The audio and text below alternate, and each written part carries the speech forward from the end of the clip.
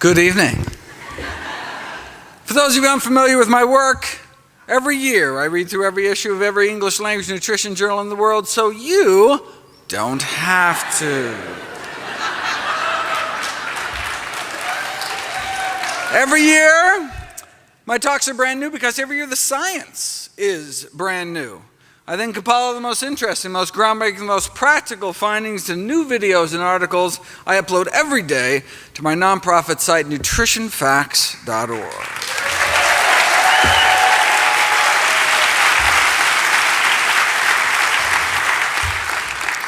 Everything on the website is free. There's no ads, no corporate sponsorship, strictly non-commercial, not selling anything. Just put it up as a public service, as a labor of love.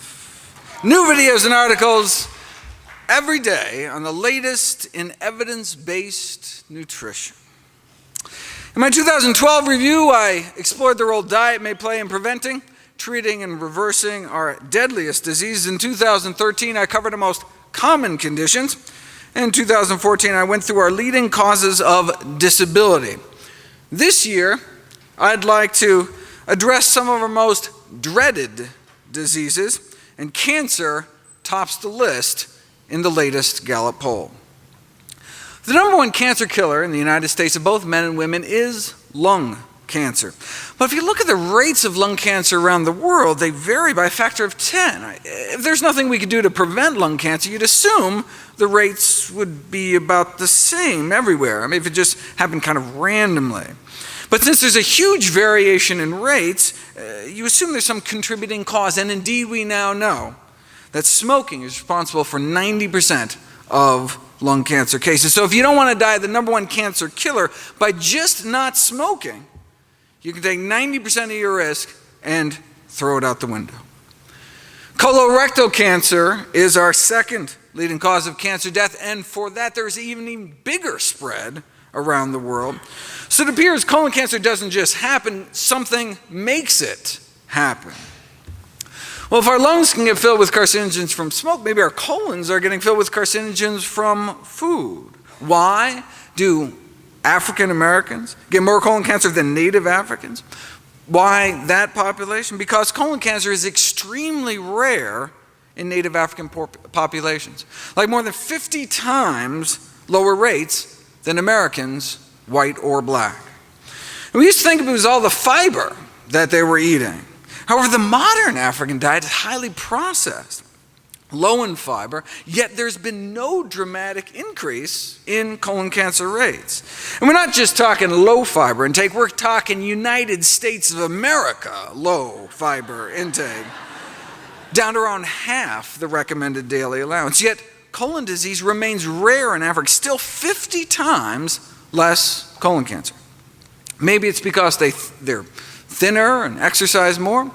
No, they're not, and no, they don't. If anything, their physical activity levels may actually be lower than ours. So if they're sedentary like us, eating mostly refined carbs, few plant foods, little fiber like us, why do they have 50 times less colon cancer?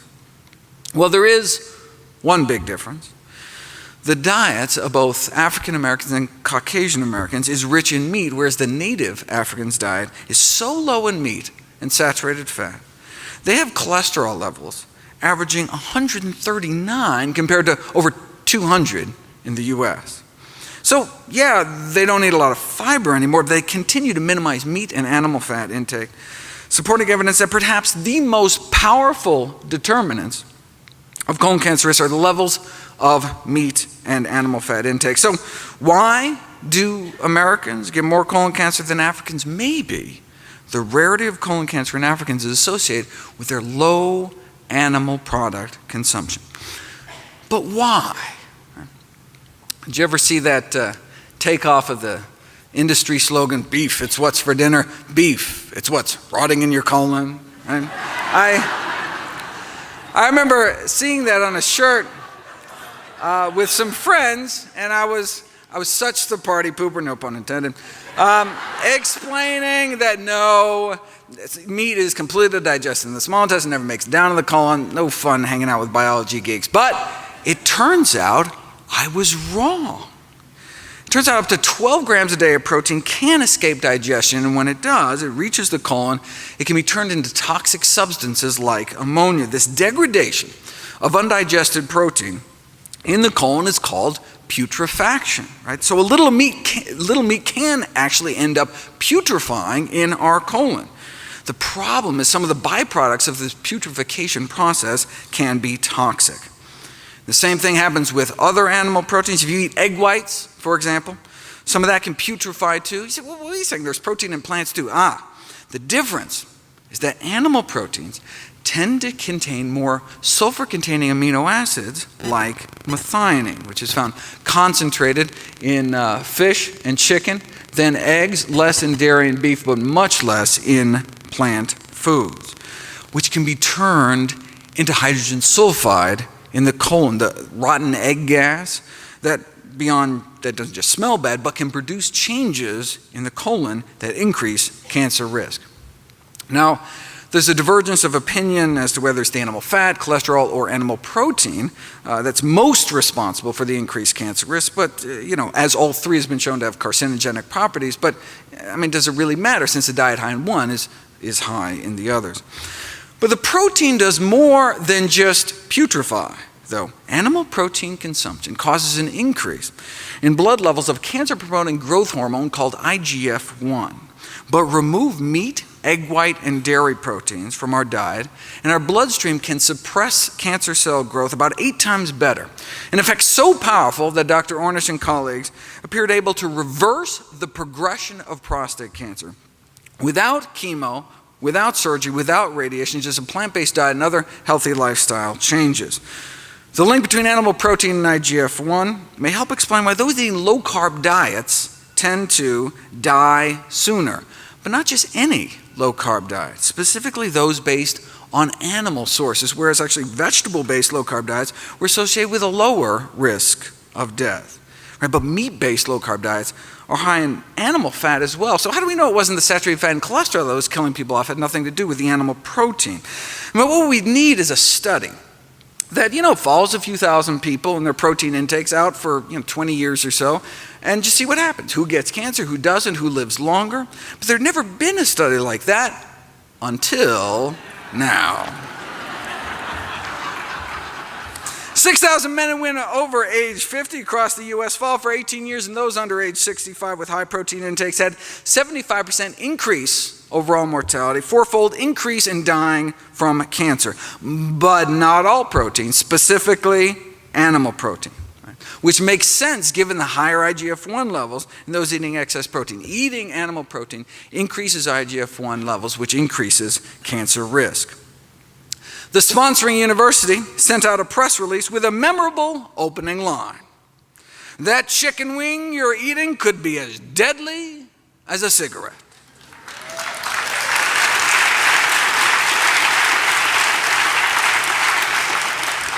Explaining that eating a diet rich in animal protein during middle age makes you 4 times more likely to die of cancer, a mortality risk factor comparable to smoking.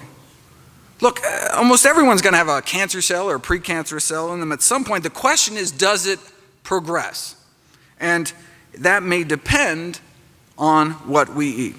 See, most malignant tumors are covered in IGF-1 receptors, but if we have less IGF-1, the tumor may not progress. And it wasn't just more deaths from cancer. Middle-aged people who eat lots of proteins from animal sources were found to be more susceptible to early death in general. Crucially, the same did not apply to plant proteins like beans. And it wasn't the fat, it was the animal protein that appeared to be the culprit. So what was the response to this revelation that diets high in meat, eggs, and dairy could be as harmful to health as smoking? One nutrition scientist replied that it was wrong and potentially dangerous. Not the discovery that animal protein may be killing people, but the way they were telling people about it. It could damage the effectiveness of important public health messages. A smoker might think, why bother quitting if my cheese and ham sandwich is just as bad for me?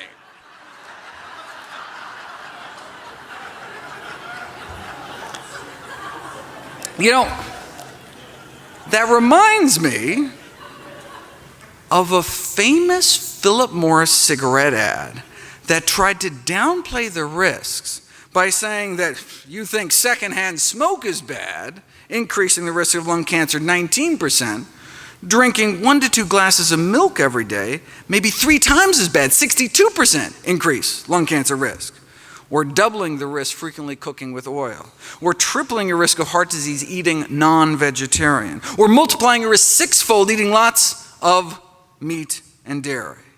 So they conclude, let's keep some perspective.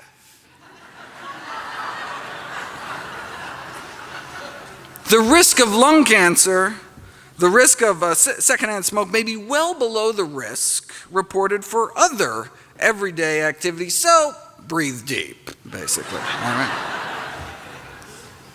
And that's like saying, oh, don't worry about getting stabbed, because getting shot is much worse. How about neither? 2 risks don't make a right.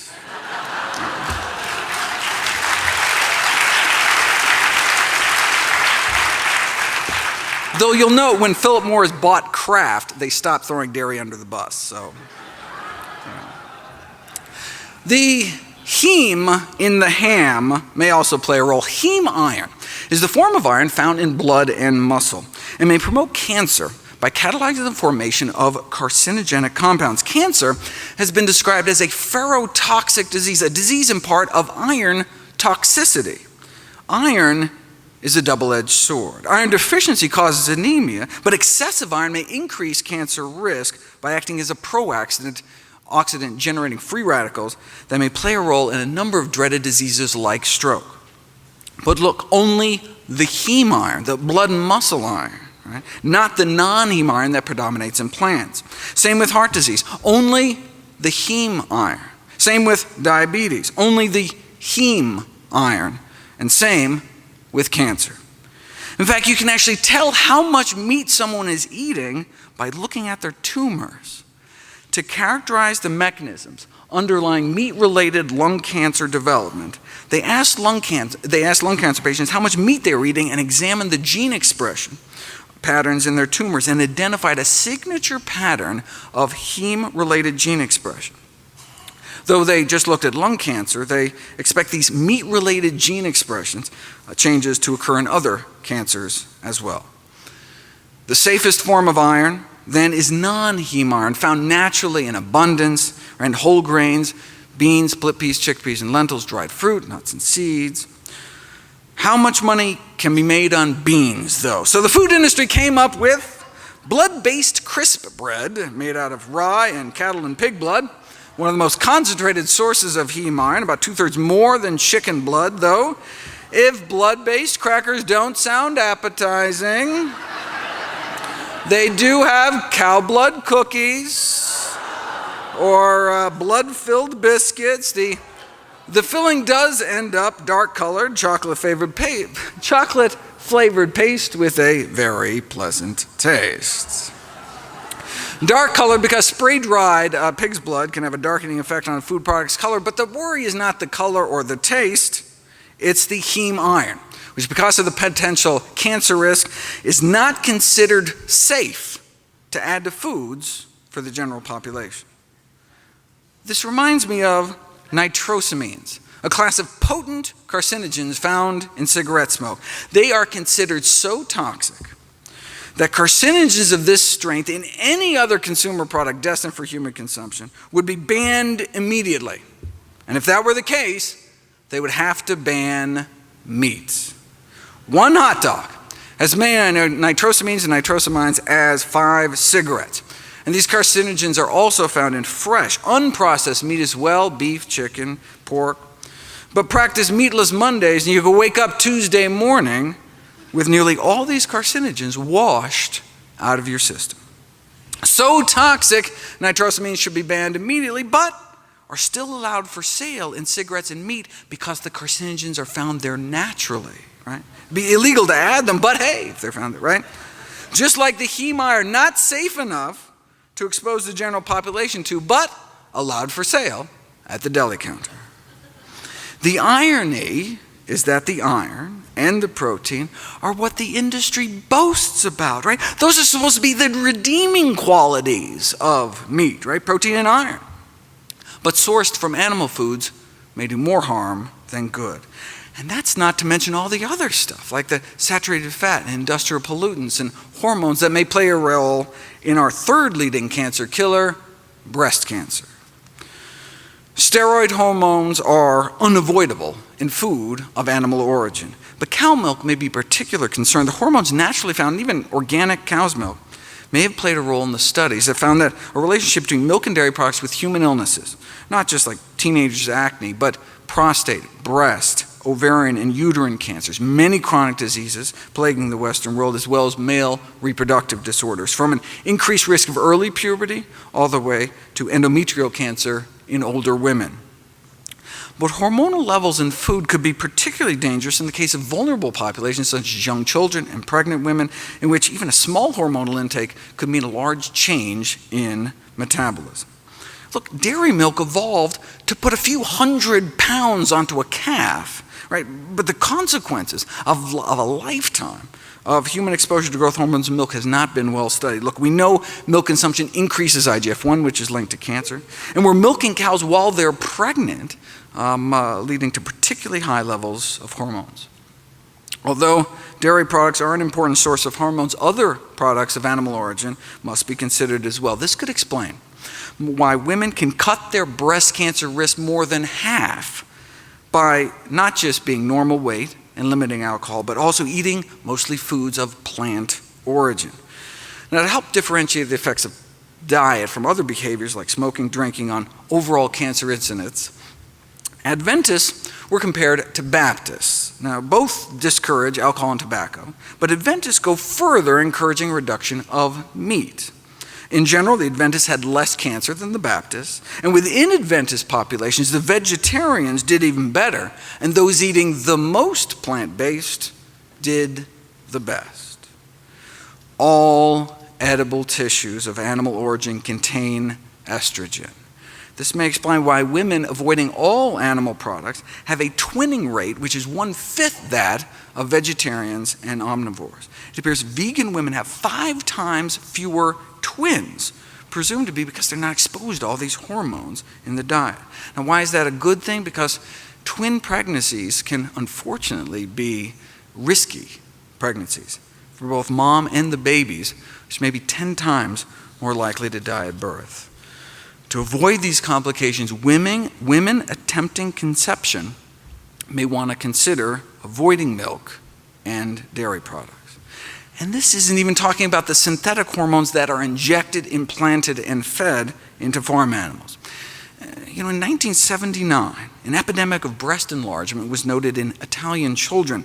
Poultry or veal was suspected because they were using estrogens to accelerate weight gain. So after this episode, Europe banned the use of anabolic growth promoters in agriculture and banned the importation of American meat ever since, because we continue to inject animals with drugs like Zeranol, sold as Ralgro Magnum.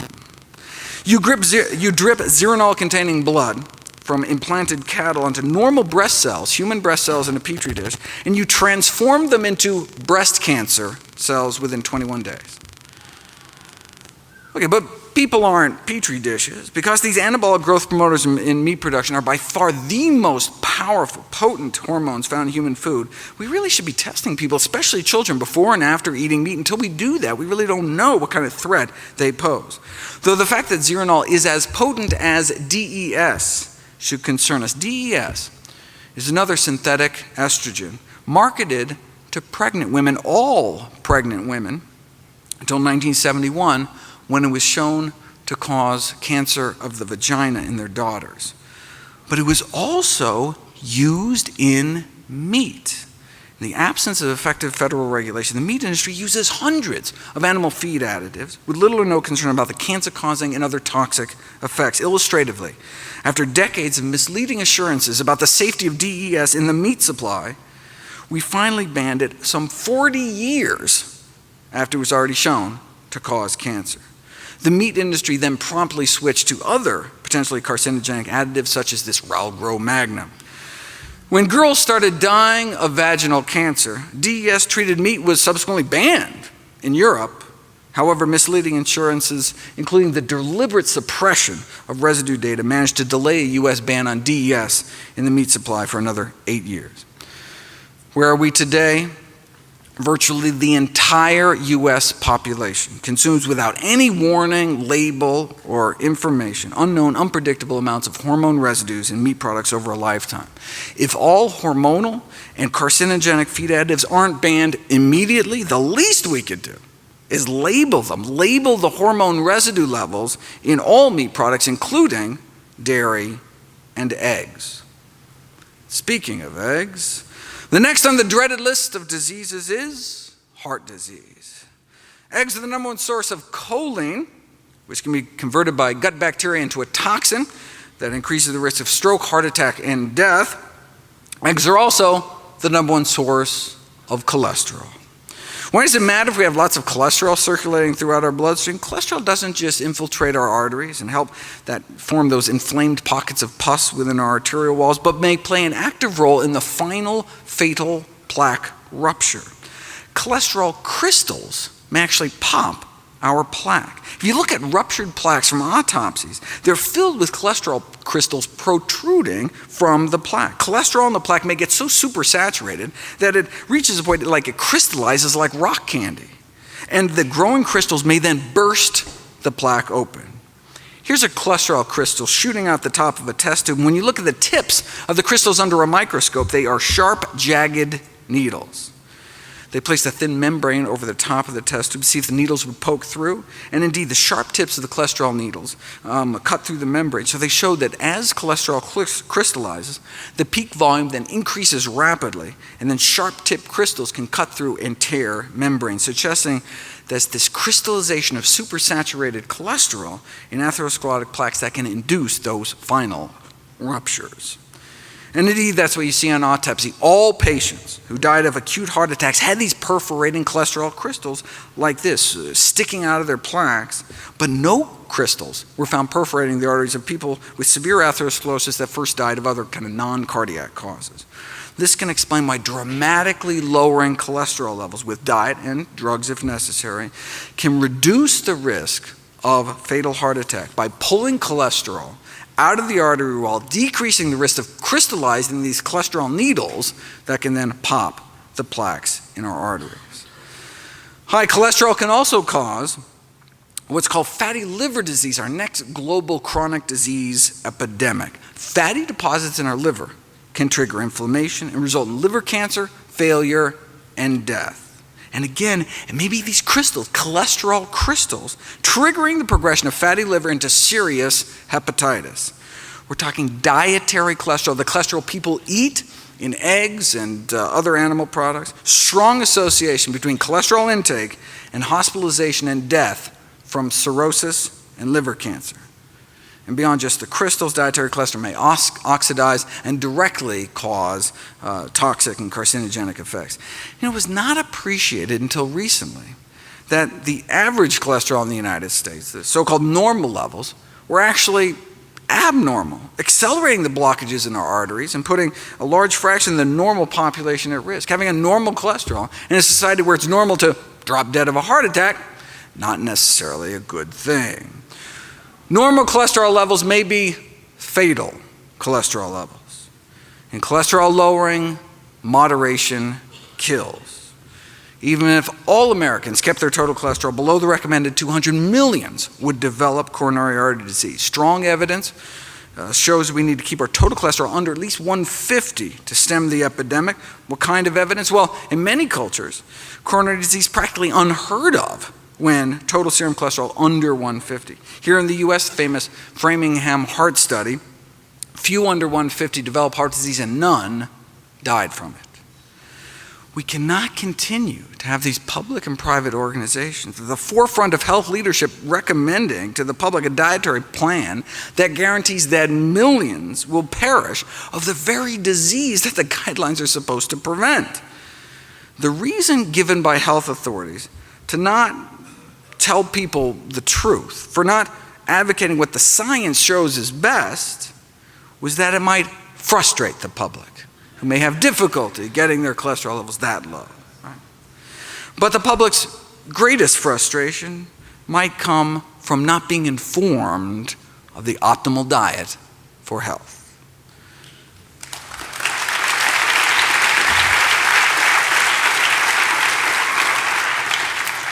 Heart disease can be reversed with a plant-based diet. The evidence justifies igniting a social movement. Let the people lead, and eventually the government will follow.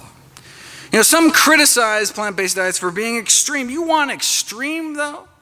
Check out the consequences of our present diet. Having a breastbone sawed in half for bypass surgery, or having a stroke that renders one mute, or having a breast, colon, prostate, or rectum removed for cancer. Now that's extreme. Bean burrito, easy, right?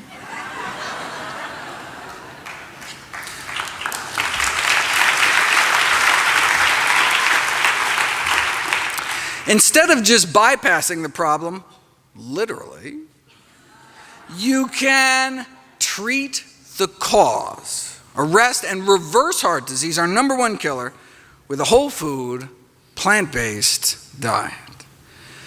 Next on the list is arthritis, such as rheumatoid arthritis, chronic inflammatory systemic disorder causing progressive destruction of the joints. As many as 80% become disabled, can cut 18 years off one's lifespan. There are drugs, but unfortunately they're often associated with severe side effects: blood loss, bone loss, immunosuppression, toxicity to liver and eyes. There's got to be a better way.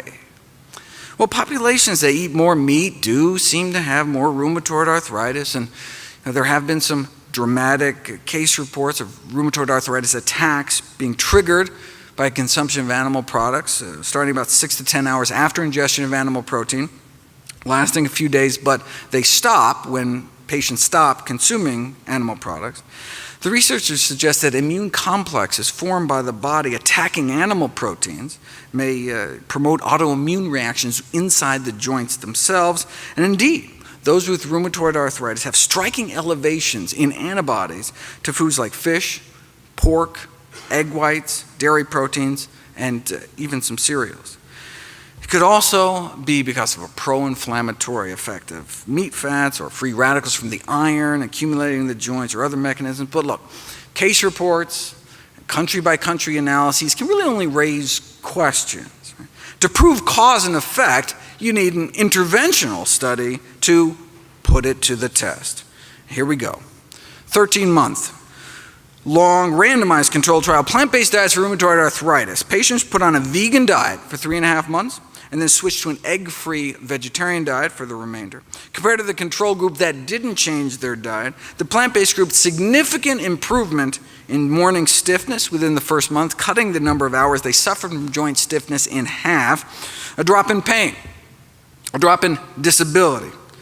They reported subjectively just feeling better, significant improvement in their grip strength, fewer tender joints, fewer tenderness per joint, and less swelling. They also had dramatic drops in inflammatory markers in the blood, SED rate, C-reactive protein, white count, highly significant and clinically relevant findings. What about osteoarthritis, most frequent cause of physical disability among older adults, affecting about 20 million Americans, affecting maybe 20% of Americans in the coming decades, becoming more and more widespread among younger people. You know, osteoarthritis is characterized by loss of cartilage within the joint. And we used to think that it was just kind of wear and tear, but it's now generally accepted it's an active joint disease with an inflammatory component. So if the loss of cartilage is caused by inflammation, maybe if we put people on an anti-inflammatory diet, it could help, like with rheumatoid arthritis. Using optimal nutrition and exercise as a first-line intervention could well be the best medical practice. So where's the best science on what optimal nutrition might look like? The China study is a prime example, showing the serious health consequences. The serious health consequences of high consumption of pro-inflammatory foods, meat, dairy, fat, and junk. and low consumption of anti-inflammatory plant foods, right? Whole grains, vegetables, fruits, beans, split peas, chickpeas, lentils. The unnatural Western diet contributes to this low-grade systemic inflammation, oxidative stress, tissue damage, irritation, placing the immune system in this kind of overactive state, which can be kind of a common denominator for these conditions like arthritis. Next on the list is stroke and high blood pressure. We go together because high blood pressure, number one risk factor for stroke. The PREDIMED study found that a Mediterranean diet with nuts could cut stroke risk nearly in half, though they were still having strokes, right? Half as many strokes, but it was still a stroke-promoting diet. And heart attack promoting as well. So that's what Dr.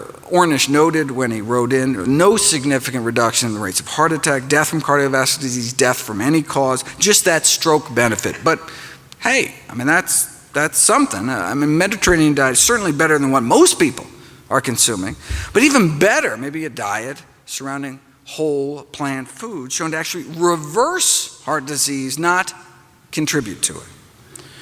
That may be true, the authors of the study reported, but the major problem with Ornish's diet is, it just doesn't taste good, so hardly anyone sticks to it. But it's not true. Ornish got extraordinary adherence in his studies, with no difference in any of the acceptability measures, same enjoyment compared to their regular diet. They even had success in barbecue country, rural North Carolina. See, stricter diets may meet greater acceptance among patients than more modest diets because they may work better. Greater adherence means greater disease reversal. But you don't have to be facing certain death. Even those young and healthy, no health problems, had no problem sticking to a plant-based diet. In fact, it worked a little too well.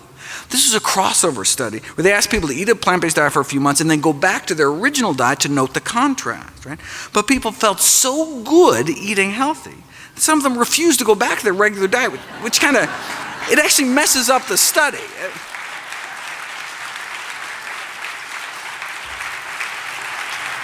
So they were, losing weight with no calorie counting or portion control. They had more energy. Their periods got better, better digestion, better sleep. And many were like, no way, we're not going back, right?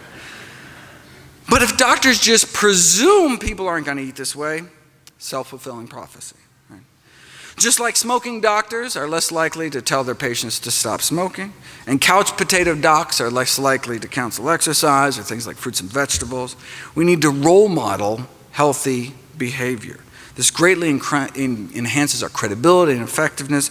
Gone are the days of traditional authority when the fat physician, dropping cigarette ash down his gravy-stained vest, could credibly prescribe a change in behavior. One reason why plant-based diets can save so many millions is because the number one risk factor for death in the world is high blood pressure, laying to waste 9 million people every year. In the United States, killing off more than 1,000 a day, 400,000 Americans dead every year. High blood pressure affects like 78 million Americans. It's 1 in 3 of us, and as we age, our pressures creep higher and higher, such that by age 60, strikes more than half. If it affects most of us when we get older, maybe it's less a disease and more just kind of a natural, inevitable consequence of aging. No. We've known for nearly a century that high blood pressure need not occur. Researchers measured the blood pressure of 1,000 people in rural Kenya who ate a diet centered around whole plant foods, whole grains, beans, vegetables, fruit, dark green leafy vegetables. Now, up until age 40, the blood pressures of the rural Africans about the same as Europeans and Americans, 120s over 80s. But as Westerners age, their pressures creep up, such that by the age 60, the average person is hypertensive, exceeding 140 over 90. What about those eating plant-based? Their pressures improved with age. Not only did they not develop hypertension, their blood pressures actually got better. Now, this whole 140 over 90 thing is arbitrary. Just like studies show that lower the cholesterol, the better. Really no safe level above 150. Blood pressure studies also support this kind of lower the better approach to blood pressure reduction. Even people starting out with blood pressures under 120 over 80 appear to benefit from blood pressure reduction. So the ideal blood pressure, the no benefit from reducing it further blood pressure, is actually 110/70. Is it even possible to get blood pressures down to 110/70? It's not just possible, it's normal for those eating healthy enough diets. Over 2 years at a rural Kenyan hospital, 1,800 patients are admitted. How many cases of high blood pressure did they find? 0. Wow, so they must have had low rates of heart disease. No, they had no rates of heart disease. Not low risk, no risk. Not a single case of arteriosclerosis, our number one killer, was found. Rural China, too. About 110/70 their entire lives. Now, look, Africa, China, vastly different diets, but what they share is the common theme that they're plant-based day to day, with meat only eaten kind of on special occasions. Now, why do we think it's the plant-based nature of their diet that was so protective? Because in the Western world, as the American Heart Association has pointed out, the only folks really getting down that low are the strict vegetarians, coming in at about 110/65. So, does the American Heart Association recommend a strict vegetarian diet? No, they recommend the DASH diet. The DASH diet has been described as a lacto-vegetarian diet, but it's not. It emphasizes fruits and vegetables and low-fat dairy, but just a reduction in meat. Why not vegetarian? I mean, we've known that for decades, food of animal origin highly significantly associated with blood pressure. In fact, you can take vegetarians, pay them enough to eat meat, and you can see their blood pressures go right up. So when the DASH diet was created, were they just not aware of this landmark research done by Harvard's Frank Sachs? No, they were aware. The chair of the design committee that came up with the DASH diet was Frank Sachs. See, the DASH diet was explicitly designed with the number one goal of capturing the blood pressure lowering benefits of the vegetarian diet, yet contain enough animal products to make it palatable to the general public. In fact, Sachs found that the more dairy vegetarians ate, the higher their blood pressures went, but you have to make the diet acceptable. Recent meta-analysis found that vegetarian diets were good, but strictly plant-based diets may be better. Vegetarian diets in general confer protection against cardiovascular disease, some cancers and death, but completely plant-based diets seem to offer additional protection for obesity, hypertension, type 2 diabetes, and heart disease mortality. Based on a study of 89,000 Californians, those eating meat-free diets appeared to cut the risk of high blood pressure in half, but those eating meat-free, egg-free, and dairy-free diets cut their risk 75%. Now, if, however, you're eating a whole food plant-based diet and still not hitting 110/70, there are a few plants recently found that may offer additional protection. Randomized placebo-controlled study found that a cup of hibiscus tea with each meal significantly lowers blood pressure. In fact, tested head-to-head against a leading blood pressure drug called Captopril, 2 cups of hibiscus tea every morning, as effective as the drug. Another randomized placebo-controlled trial found a few tablespoons of ground flax seeds a day induced one of the most potent antihypertensive effects ever achieved in a dietary intervention, 2 to 3 times more powerful than instituting an endurance exercise program. There's no reason you can't do both. Red wine may help, but only if the alcohol has been taken out. Sorry. Raw vegetables or cooked, and the answer is both, though raw may actually work better. Kiwi fruit didn't seem to work at all, even though the study was actually published by a kiwi fruit company. Maybe they should have taken direction from the California Raisin Marketing Board, which came out with this study showing that raisins can reduce blood pressure, but only apparently compared to fudge cookie, Cheez-Its, and Chips Ahoy. They know like the big pharma trick of choosing the right control group. Next on the dreaded list is diabetes and vision loss, which go together since diabetes is the leading cause of preventable middle-aged blindness.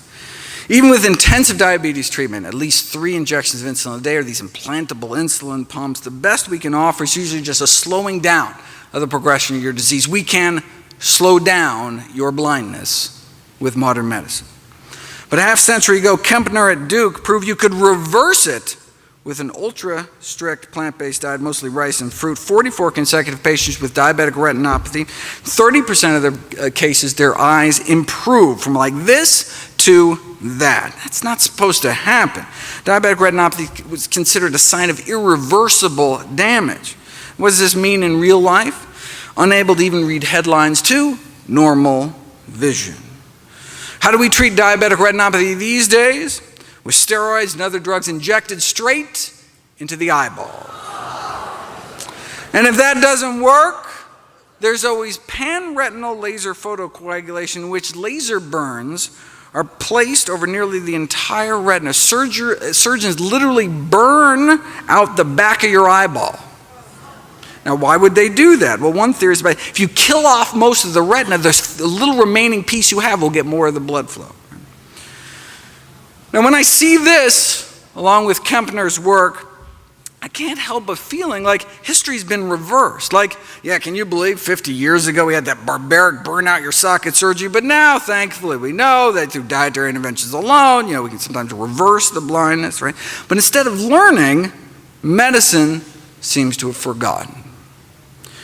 The most efficient way to avoid diabetic complications is to simply eliminate the diabetes in the first place, which is often feasible with a healthy enough diet. Plant-based diet beat out the conventional American Diabetes Association diet in a head-to-head randomized controlled clinical trial without restricting portions, no calorie or carb counting. A review of all such studies found that those following plant-based diets experience better improvements compared to those diets that include animal products. But this is nothing new. The successful treatment of type 2 diabetes with a plant-based diet was demonstrated back in the 1930s, showing that a diet centered around vegetables, fruits, whole grains, and beans, more effective in controlling diabetes than any other diet. Randomized controlled trial. After 5 years, no big change in the control group, but the plant-based group, insulin needs were cut in half, and a quarter ended up off of insulin altogether. Now, this was a low-calorie diet, though, so maybe their diabetes just got better because they lost weight. To tease that out, what we would need is a study where they switch people to a healthy diet but force them to eat so much food that they'd actually maintain their weight. Then we could see if a plant-based diet had benefits independent of all the weight loss. We'd have to wait another 44 years, but here it is. Subjects were weighed every day and they started losing weight. They were made to eat more food. In fact, so much food, some of the participants had trouble eating but eventually they adapted, and so no significant alterations in body weight despite restricting meat, dairy, eggs, and junk. Okay, so with zero weight loss, did plant-based diets still help? Here's the before and after insulin requirements of the 20 people that put on the diet. So the number of units of insulin they had to inject themselves before and after going plant-based. Overall insulin requirements were cut about 60%, and half were able to get off insulin altogether, despite no change in weight. Now, how many years did this take? Was it 5 years like the other study? No, 16 days.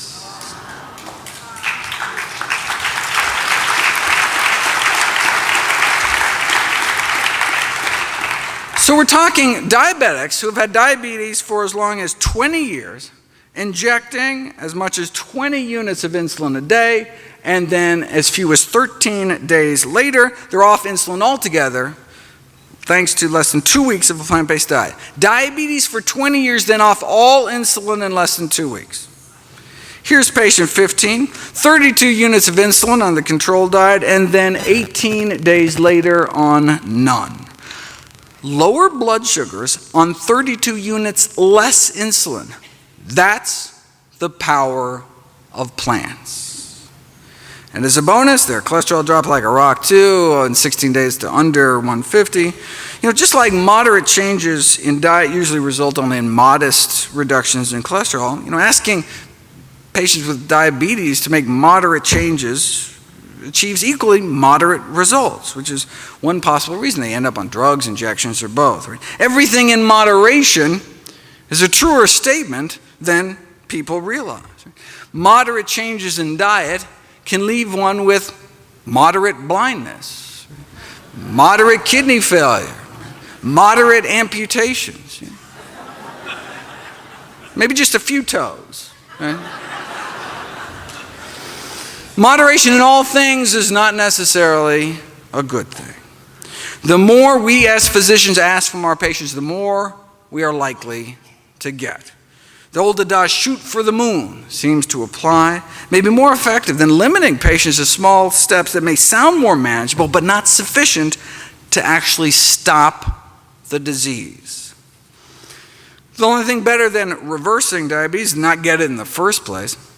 You know, that study that purported to show that diets high in meat, eggs, and dairy could be as harmful to health as smoking supposedly suggested that people under 65 who eat lots of animal protein 4 times as likely to die from cancer or diabetes. But if you look at the actual study, you'll see that's not true. Those eating a lot of animal protein didn't have just 4 times more risk of dying from diabetes. They had 73 times higher risk of dying from diabetes. As one eats more and more plant-based, there appears to be a stepwise drop in the rates of diabetes, down to 78% lower prevalence among those eating strictly plant-based, where protection building incrementally as one moved from eating meat daily to less than daily, right? To just fish, to no meat, to no eggs and dairy either. Similar pattern was found for the leading cause of vision loss among elderly, cataracts, right? This suggests it's not all or nothing. Any steps we can make towards eating healthier may accrue benefits. But why? Why is total meat consumption associated with higher risk of diabetes, especially processed meat, particularly poultry?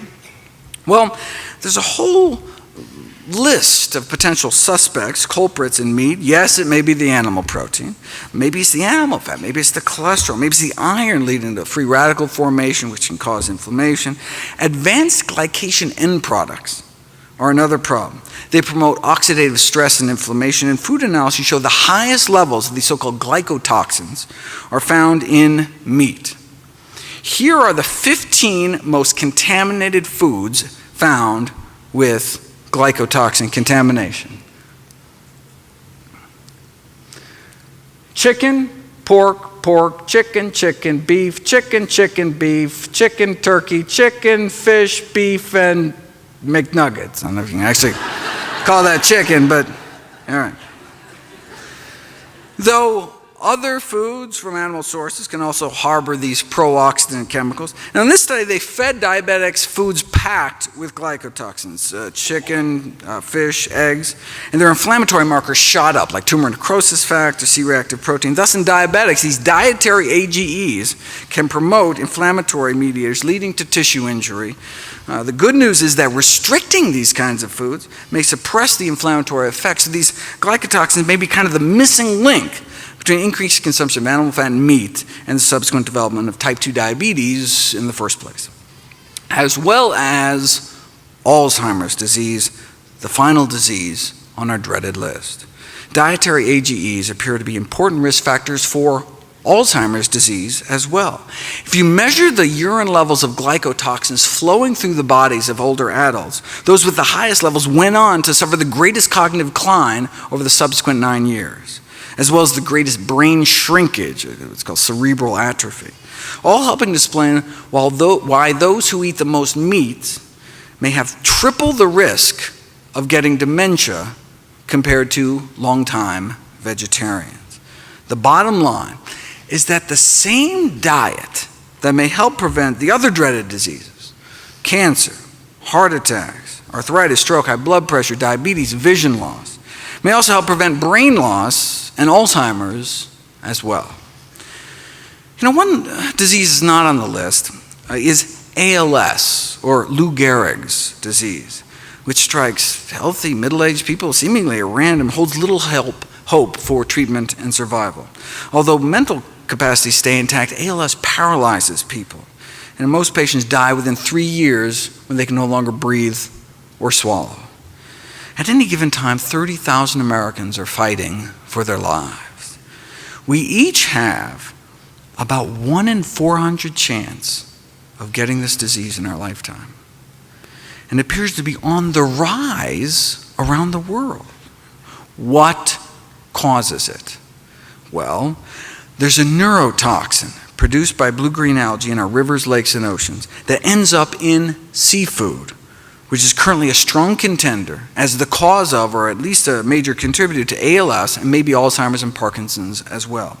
Researchers in Miami found this BMAA neurotoxin in the brains of Floridians that died of sporadic Alzheimer's and ALS. Significant levels in 49 out of the 50 samples from Alzheimer's and ALS patients. Same thing was found up in the Pacific Northwest and in the brains of those dying from Parkinson's disease. You can also apparently pick up more of this neurotoxin in the hair of live ALS patients compared to controls. So is this neurotoxin present in Florida seafood? Yes, in both freshwater fish, shellfish, oysters, bass, etc., and out into the bay. And not just in Florida. On up the eastern the seaboard, out in the Midwest. So this could explain ALS clusters around lakes in New Hampshire, or fish in Wisconsin, or blue crabs from the Chesapeake around where I live, or seafood eaters in France, or in the Finland's Lakeland district, or around the Baltic Sea, building up particularly in fish, mussels, and oysters. There is a general consensus that these harmful algal blooms are increasing worldwide, thanks in part to industrialized agriculture, which may increase the exposure to this neurotoxin, leading to possible increased risk of these horrible neurodegenerative diseases. With substantial and ever-growing evidence that this neurotoxin does play a role in the onset and progression of neurodegenerative diseases, the most important question is, what activity does BMAA exert? No, it's not. The most important question is, how do we reduce our exposure? We know the presence of this neurotoxin in aquatic food chains could be a significant human health hazard, so until more is known, it may be prudent to reduce our risk by limiting exposure to BMAA in the human diet. Now, there are neurotoxins in the dairy supply too, which may explain the link between milk consumption and Parkinson's. High levels of organochlorine pesticide residues are found in milk and the brains of Parkinson's patients. And other pollutants like tetrahydride, so quinoline, which is actually what scientists use to try to induce the disease in primates found in the milk supply, particularly cheese. So maybe the dairy industry should do these toxin screenings of milk. Good luck with that. You could always just not drink the stuff, but then what about your bones? That's a marketing ploy. If you look at the science, milk does not appear to protect against hip fracture risk, whether drinking during the adult years or drinking during one's teen years. If anything, milk consumption was associated with a borderline increase in fracture risk in men. This suggests a partial explanation for the long-standing enigma that hip fracture rates are highest in populations with the greatest milk consumption. This enigma irked a Swedish research team puzzled by studies again and again had shown a tendency for higher risk of fracture with higher milk consumption. Well, there is a rare birth defect called galactosemia, where babies are born without the enzyme needed to detoxify the galactose in milk. So they end up with high levels of galactose in their bloodstream, which causes bone loss. So maybe the researchers figured, even in normal people that can detoxify the stuff, maybe it's not so good for the bones to be consuming all that galactose all day. And galactose doesn't just hurt the bones. That's what scientists use to cause premature aging in lab animals. They slip them a little galactose, shorten their lifespan, oxidative stress, inflammation, brain degeneration, just like 1 to 2 glasses of milk's worth of galactose a day. Well, we're not rats though, but given the high amount of galactose in milk, recommendations to increase milk intake for the prevention of fracture could be a conceivable contradiction. So they decided to put it to the test, looking at milk intake and mortality as well as fracture risk to test the theory. 100,000 men and women followed for up to 20 years, and milk drinking women had higher rates of death, more heart disease, significantly more cancer for each daily glass of milk.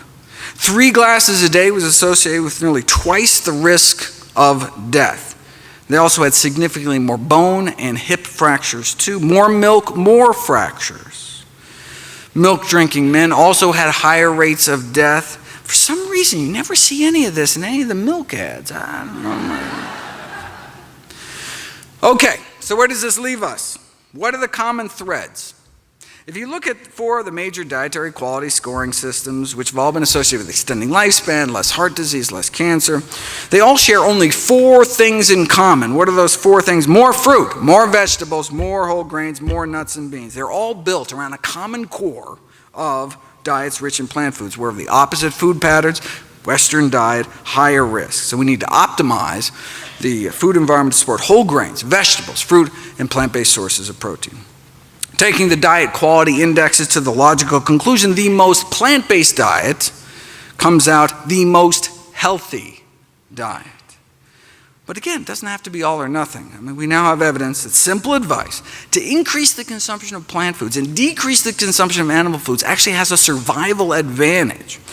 And boy, do we need it. In terms of life expectancy, the U.S. is down around 27th of the 34 leading free market democracies. People in Slovenia live a year longer than citizens of the United States. Why? Most deaths in the United States are preventable and related to nutrition. According to the most rigorous analysis of risk factors to date ever published, the #1 cause of death in the United States and the #1 cause of disability is our diet, bumping tobacco smoking to #2. Smoking now only kills about 500,000 Americans a year, whereas diet now kills hundreds of thousands more. Let me end with a thought experiment. Imagine yourself a smoker in the 1950s. The average per capita cigarette consumption was about 4,000 cigarettes a year. Think about that. The average American smoked half a pack a day. The media was telling you to smoke, and famous athletes agreed. Even Santa Claus cared enough about your health to want you to smoke. I mean, you want to keep fit and stay slender, so you make sure to smoke. And eat hot dogs to stay trim, and eat lots of sugar to stay slim and trim, right? Less fattening than that apple. I mean, sheesh. I mean, come on. Though apples do connote goodness and freshness, reads one internal tobacco industry memo, which brings up many possibilities for a youth-oriented cigarette. Oh, shameless. All right. In addition to staying fit and slender and soothing your throat, for digestion's sake, you smoke. I mean, no curative power is claimed for Philip Morris, but an ounce of prevention is worth a pound of cure, so safe than sorry, better smoke. Like eating, smoking was a family affair. Gee, Mommy, you sure enjoy your Marlboro. You're darn tootin'. Just one question, Mom. Can you afford not to smoke Marlboros? Your kids were giving you cigarettes in the 50s. Even your dog was giving you cigarettes. Blow in her face and she'll follow you anywhere.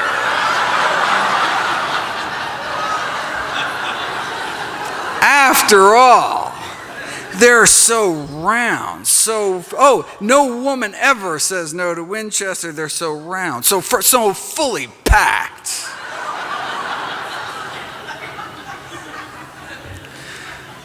After all, John Wayne smoked them until he got lung cancer and died.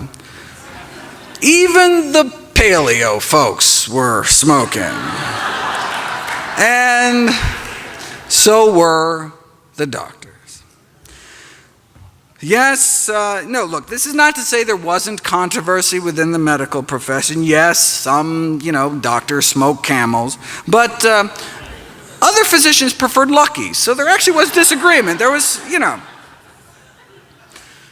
eminent doctors on high and impartial medical authority call for Philip Morris. Even the specialists could not agree which cigarette was better for your throat, so best to stick to the science, right? And more scientists smoke this brand, actually. This should not be rocket science, right? But even the rocket scientists have their own brand for the man who thinks for himself, right? What was the government saying? Smoke Luckies. I mean, who wouldn't want to give their throat a vacation, right? Not a single case of throat irritation. How could your nose or throat be adversely affected when cigarettes are just as pure as the water you drink? Look, and if you do get irritated, no problem. Your doctor can write you a prescription for cigarettes. This is from the Journal of the American Medical Association. After all, don't smoke is advice hard for patients to swallow.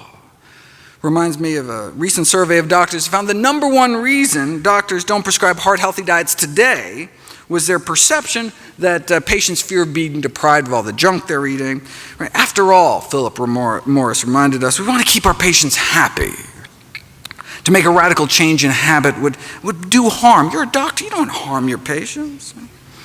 The tobacco industry gave these medical journals big money to run ads like these. Not a problem, though Philip Morris claims come from completely reliable sources based on studies by recognized authorities, published in leading medical journals, even kindly offering to sell free packs of cigarettes to doctors so they can test them out themselves. So see you at the next AMA convention in the Smokers Lounge. What did the American Medical Association have to say for itself? Well, like most other medical journals, they accepted tobacco ads. They have yet to see an autopsy, the official editorial board said, with a single lesion with a Marlboro lesion on it, right, label on it. So when mainstream medicine is saying smoking on balance may be beneficial for you, when the American Medical Association is saying that, then where could you turn back then if you just wanted the facts? What's the new data advanced by science? She was too tired for fun, and then she smoked a Camel. Babe Ruth spoke of proof positive medical science, that is, when he still could speak before he died of throat cancer. Now, some of the science did leak out, causing a dip from about 11 cigarettes a day per person down to about 10. But those that got scared could always choose the cigarettes that take the fear out of smoking, right? Or even better, choose the cigarette that gives you the greatest health protection. Now, if by some miracle there was a smokingfacts.org website back then that could deliver the science directly, bypassing commercially corruptible institutional filters, you would have become aware of studies like this. An Adventist study in California in 1958 that showed that non-smokers may have at least 90% less lung cancer. But this wasn't the first. When famed surgeon Michael DeBakey was asked why his studies published back in the 30s linking smoking and lung cancer were ignored, he had to remind people what it was like back then. We were a smoking society. It was in the movies. Medical meetings were one big haze of smoke. It's like debates over cigarettes and lung cancer in Congress taking place in smoke-filled rooms, right? It makes me wonder what they serve at the Dietary Guidelines Committee breakfast buffets to this day, right? A famous statistician by the name of Ronald Fisher railed against what he called propaganda to convince the public that cigarette smoking was dangerous. He made invaluable contributions to the field, but his analysis of lung cancer and smoking was flawed by an unwillingness to examine the entire body of data available. Now, his smoke screen may have been because he was a paid consultant to the tobacco industry, all right, but also because he himself was a smoker, right? Part of his resistance may have been to the association, may have been because of his own fondness for smoking, which makes me wonder about some of the favorite foods that nutrition researchers may have of this day, right? You know, it always strikes me as ironic that when vegetarian researchers come out forward and list their diet as a potential conflict of interest, whereas not once in the 70,000 articles on meat in the medical literature have I ever seen a researcher disclose their non-vegetarian habits, right? Because it's normal, just like smoking was normal. So back to our thought experiment. If you're a smoker in the 50s in the know, what do you do? With access to the science, you realize that the best available balance of evidence suggests that your smoking habit not good for you, right? So, do you change your smoking habits or do you wait? If you wait until your physician tells you between puffs to quit, you may have cancer by then. If you wait until the powers that be officially recognized it, like the Surgeon General did in the subsequent decade, you could be dead by then. It took 25 years for the Surgeon General report to come out. It took more than 7,000 studies and the deaths of countless smokers before the first Surgeon General report against smoking was finally released in the 1960s. You'd think maybe after the first, maybe 6,000 studies, it would have maybe give people a little heads up or something. Powerful industry. One wonders how many people are currently suffering needlessly from dietary diseases. Maybe we should have stopped smoking after the 700th study like this. With so much money and personal habit at stake, well, there's always going to be dissenters. But given the seriousness of the disease, the sum total of evidence, we shouldn't wait to put preventive measures in place. As a smoker in the 50s, on one hand, you had all of society, the government, the medical profession itself telling you to smoke. And on the other hand, the science, if you were lucky to know about studies like this. Right? Now fast forward 55 years. You know, there's a new Adventist study out of California warning Americans about the risks of something else they may be putting into their mouth. It's not just that one study, right? According to the latest review, the total sum of evidence suggests that mortality from all causes put together, many of the dreaded diseases, ischemic heart disease, cerebrovascular diseases like stroke, significantly lower in those eating meat-free diets, in addition to less cancer and diabetes. So instead of going along with America's smoking habits in the 50s, imagine you or someone you know going along with America's eating habits today. What do? With access to the science, you realize that the best available balance of evidence suggests that your eating habits are probably not good for you. If you wait until your physician, between bites, tells you to change your diet, it could be too late. Right? In fact, even after the Surgeon General's report, the medical community still dragged their feet. The AMA actually went on record withholding support from the Surgeon General report. They didn't endorse it. Could it have been because they had just received $10 million from the tobacco industry? Okay, so look, we know why the AMA may have been sucking up to the tobacco industry, but why weren't individual doctors speaking out? Well, there were a few gallant souls ahead of their time, just as there are today, standing up against industries killing millions, but why not more? Maybe it's because the majority of physicians themselves smoke cigarettes, just like the majority of physicians today eat foods that contribute to our epidemic of dietary disease.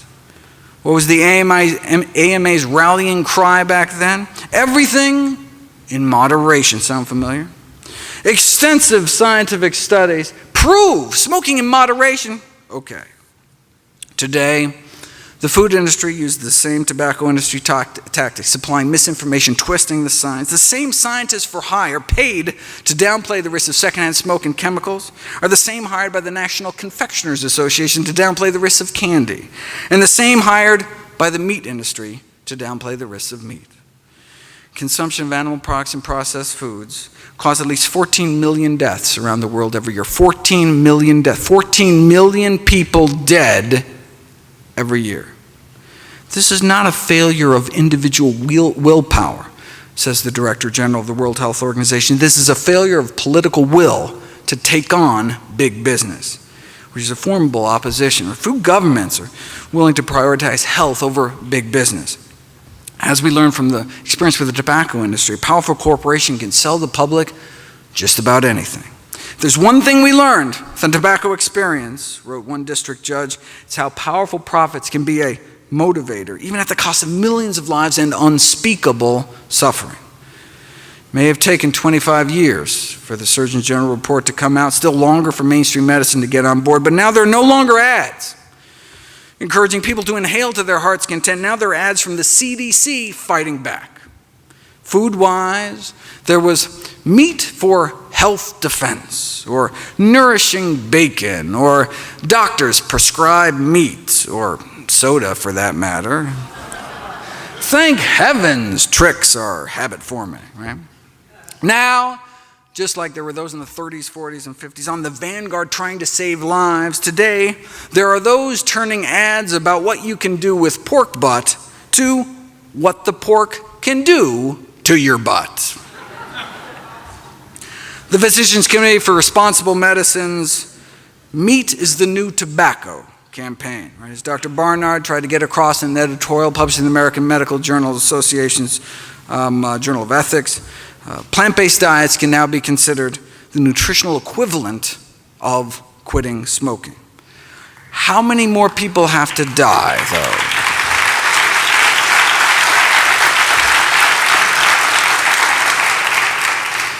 How many more people have to die before the CDC encourages people not to wait until open heart surgery to start eating healthy as well?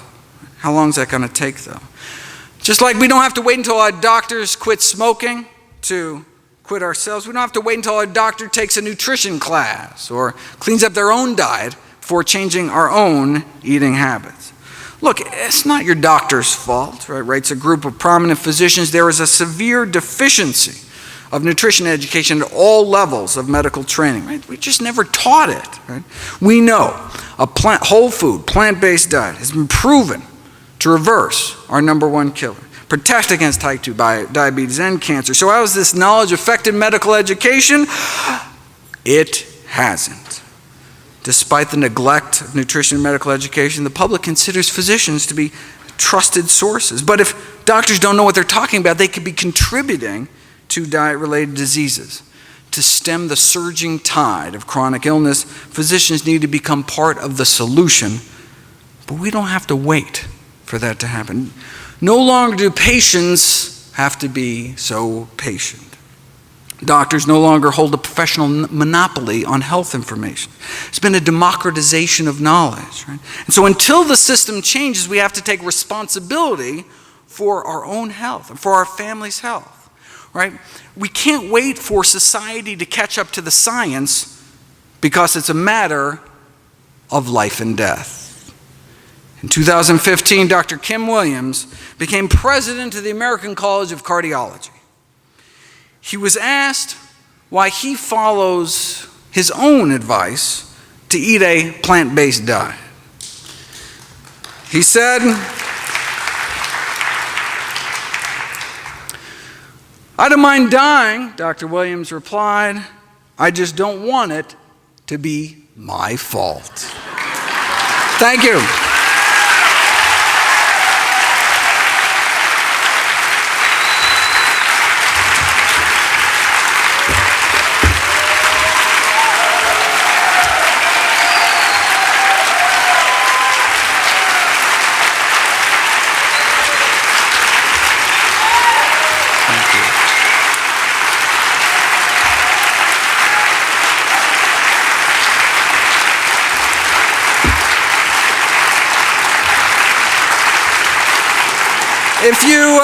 If you missed last year's talk, I have it on DVD, and the year before that, and the year before that. You should have come to Summerfest, that's it. But as well as 25 other DVDs, all proceeds from the sale of my books, DVDs, speaking engagements, all goes to charity. Speaking of which, mark your calendars.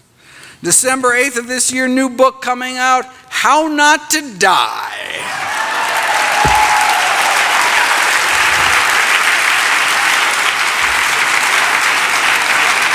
December 8th, very excited about not only a compilation of all my work with all the science, thousands of citations, but also a practical guide. I go through my kind of daily dozen checklist of all the things. I try to include my own diet, how much greens to eat, how much beans to eat, how much exercise, how much sleep. I'm working on it for over a year. Can't wait for everyone to read it. And in the meantime, all my work is available free at nutritionfacts.org. Thanks again. I can say something. We are so fortunate to have Dr. Greger with us. I don't think there's anyone else on the planet that could do what you do. Thank you so much. And we are honored for you to debut this with us every year. Thank you so much.